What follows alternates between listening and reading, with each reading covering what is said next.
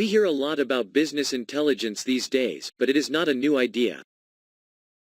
At its simplest form, business intelligence is about connecting business decision-making to facts about the business and its environment.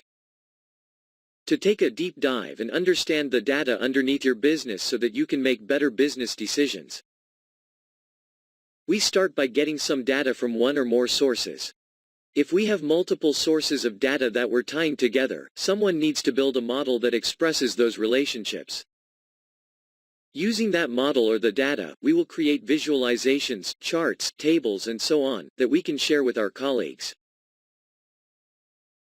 And with all of that information summarized in a way that is accessible and useful, we will be able to make better business decisions as a team or as an organization. Until recently, business intelligence was big business, enterprise buy.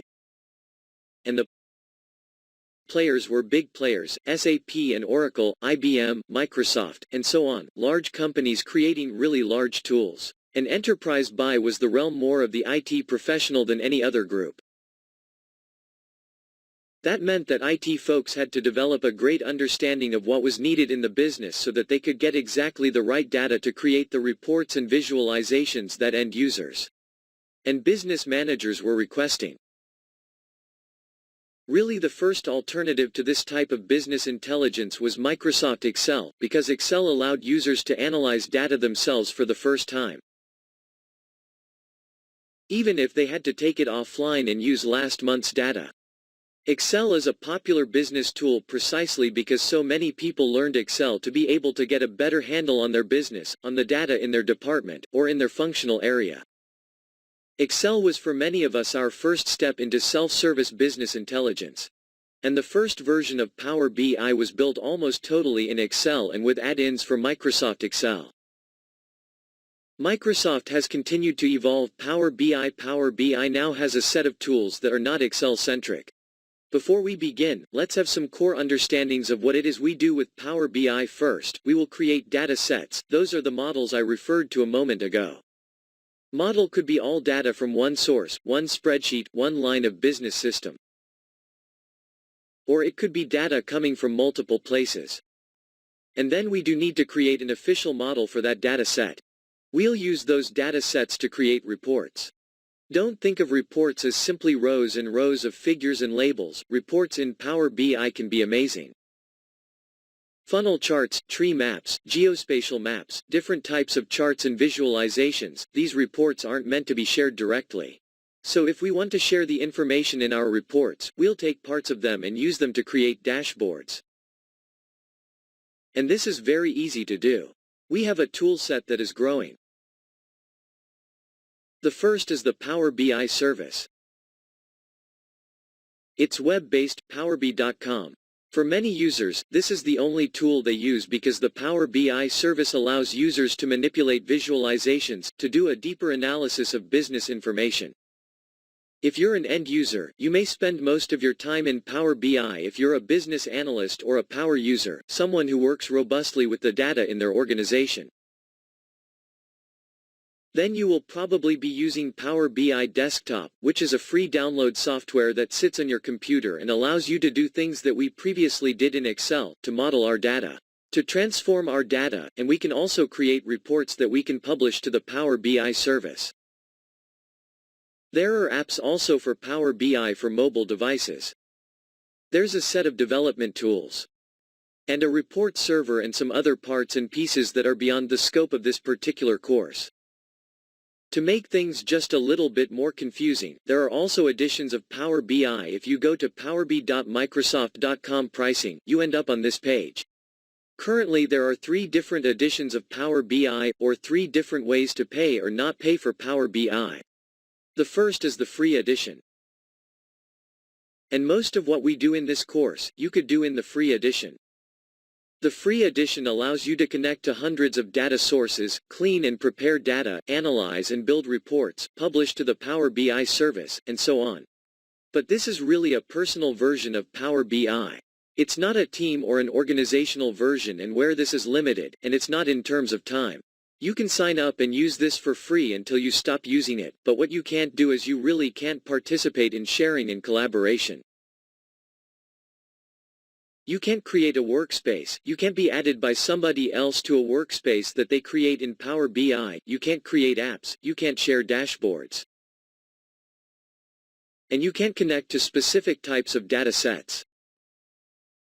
This is a great tool and, again, much of what we'll do in this course you can do with Power BI Desktop, but in a work environment you are probably going to want the Power BI Pro Edition. Particularly if you are creating items that you want to share with other people.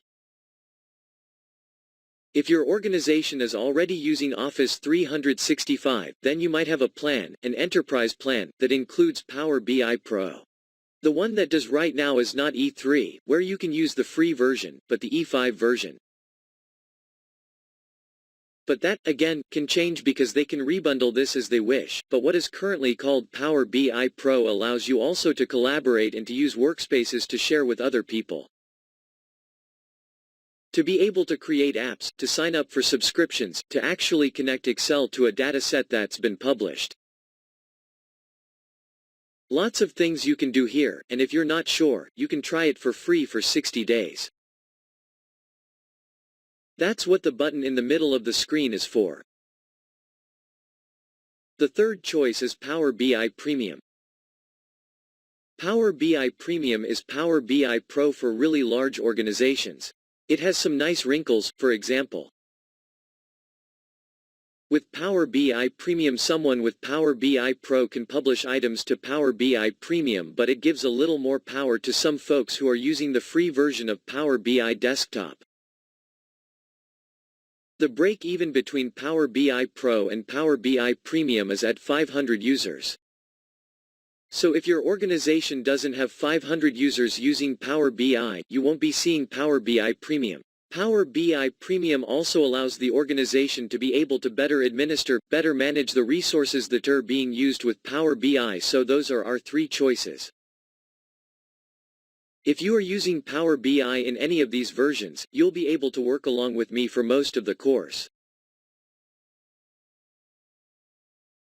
There are only a few things at the end where you would need to have Power BI Pro specifically, when we are sharing and collaborating as it says here on the site.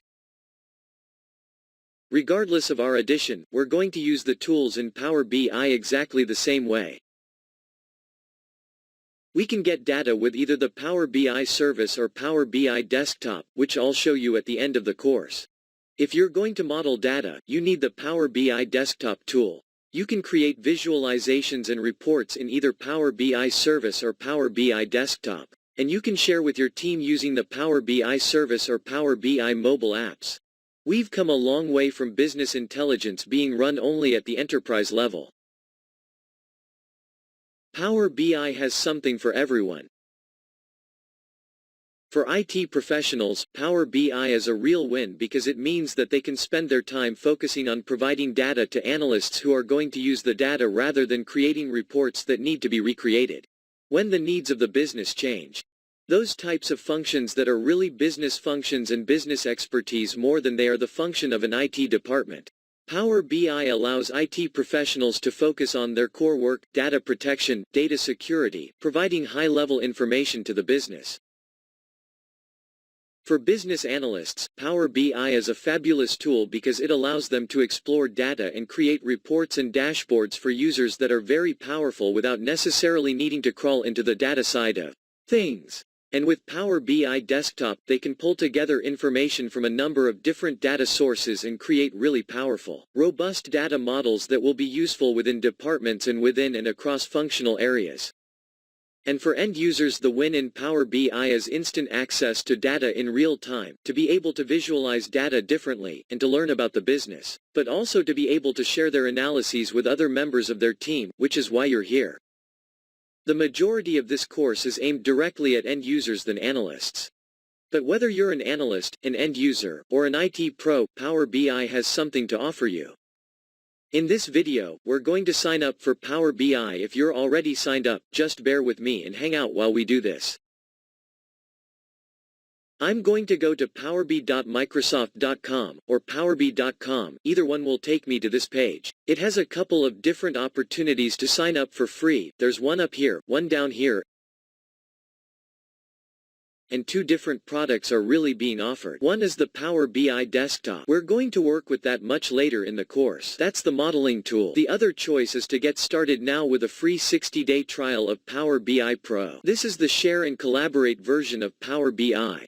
We could also use Power BI free, but I'm going to say, I'd like to try this for free. The same thing happens if I click sign up free here. So we're going to try our 60-day trial of Power BI Pro. If you've already done this, they're not going to let you do it again. You need to pay for it afterwards. But the first thing I'll be prompted to do is to sign in with an organizational account. Notice, enter your work email address. If I enter an email address that's not a work email address, then I'll get a response that says, hey, that really looks like a personal email address. This needs to not be live.com or Hotmail, or Gmail, or Yahoo. It needs to be work. So I'm going to enter my work email address and click sign up. And because I have a Microsoft account, Power BI is going to tell me, hey, you already have a Microsoft account, you just need to log in.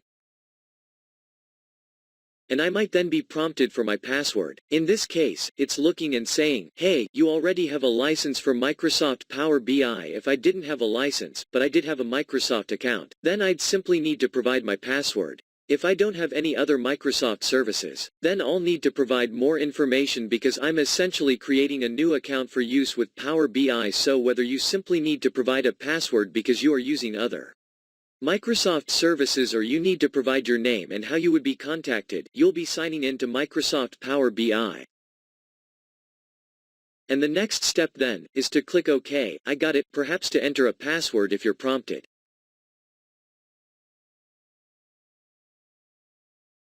But we end up here then in the Power BI service.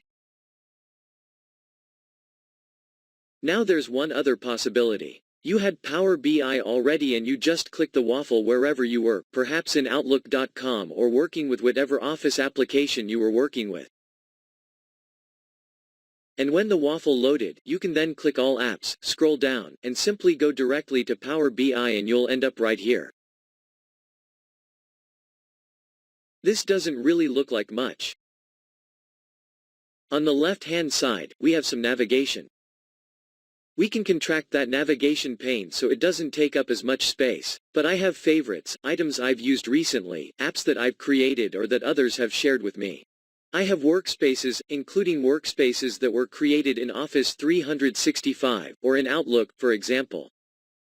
And then I have items in my workspace, my dashboards, my reports, my workbooks, my data sets. I don't have any yet. Right now, this is kinda dull. But don't worry, we'll be coming back here. And when next we see Power BI services, we will be connecting to and exploring some data.